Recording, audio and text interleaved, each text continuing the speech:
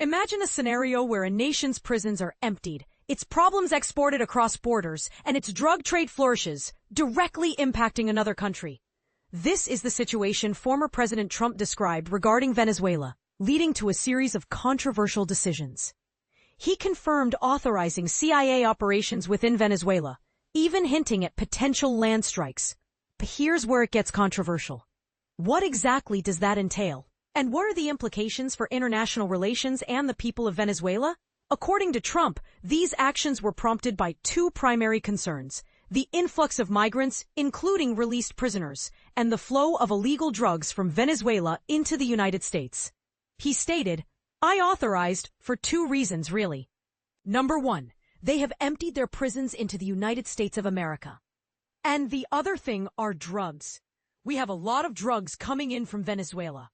Trump suggested this influx was occurring both by land and sea, and he aimed to stop it by any means necessary. The initial report of these covert CIA operations appeared in the New York Times, but Trump remained tight-lipped about the specifics, citing the sensitive nature of the work. When directly questioned about whether the CIA had been authorized to take out Venezuelan President Nicolas Maduro, Trump dismissed the question as ridiculous. However, he did add, "I think Venezuela is feeling heat, but I think a lot of other countries are feeling heat too. We're not going to let this country, our country, be ruined because other people want to drop, as you say, their worst." This response, while not a direct confirmation, certainly leaves room for interpretation and raises serious ethical questions about the limits of intervention in sovereign nations. And this is the part most people miss: the implications of potential land strikes.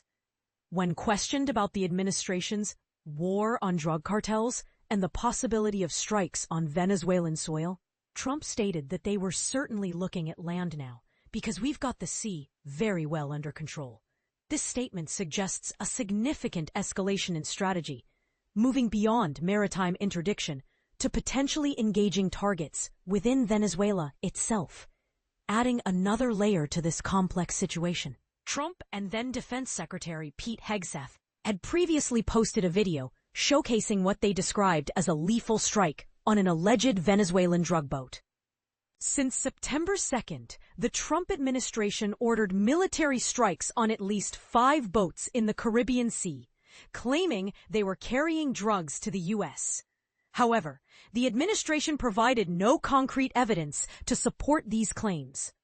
What's more, the use of lethal military force against suspected drug boats is unprecedented, raising significant legal and ethical concerns. Past administrations have relied on law enforcement agencies like the Coast Guard to intercept drug shipments, raising the question, why the sudden shift to military action? ABC News highlighted the murky legal ground upon which these strikes were authorized, questioning the justification for using lethal force in these situations. Critics argued that these actions bypassed standard legal procedures and potentially violated international laws. During the Oval Office event, reporters pressed Trump about the certainty of drugs and traffickers being on board the targeted boats. Trump insisted the administration was sure, but again, offered no concrete evidence. When questioned about why the Coast Guard wasn't handling the interdictions, Trump responded, "Because we've been doing that for 30 years, and it has been totally ineffective. They have faster boats. Some of these boats are they're world-class speedboats, but they're not faster than missiles."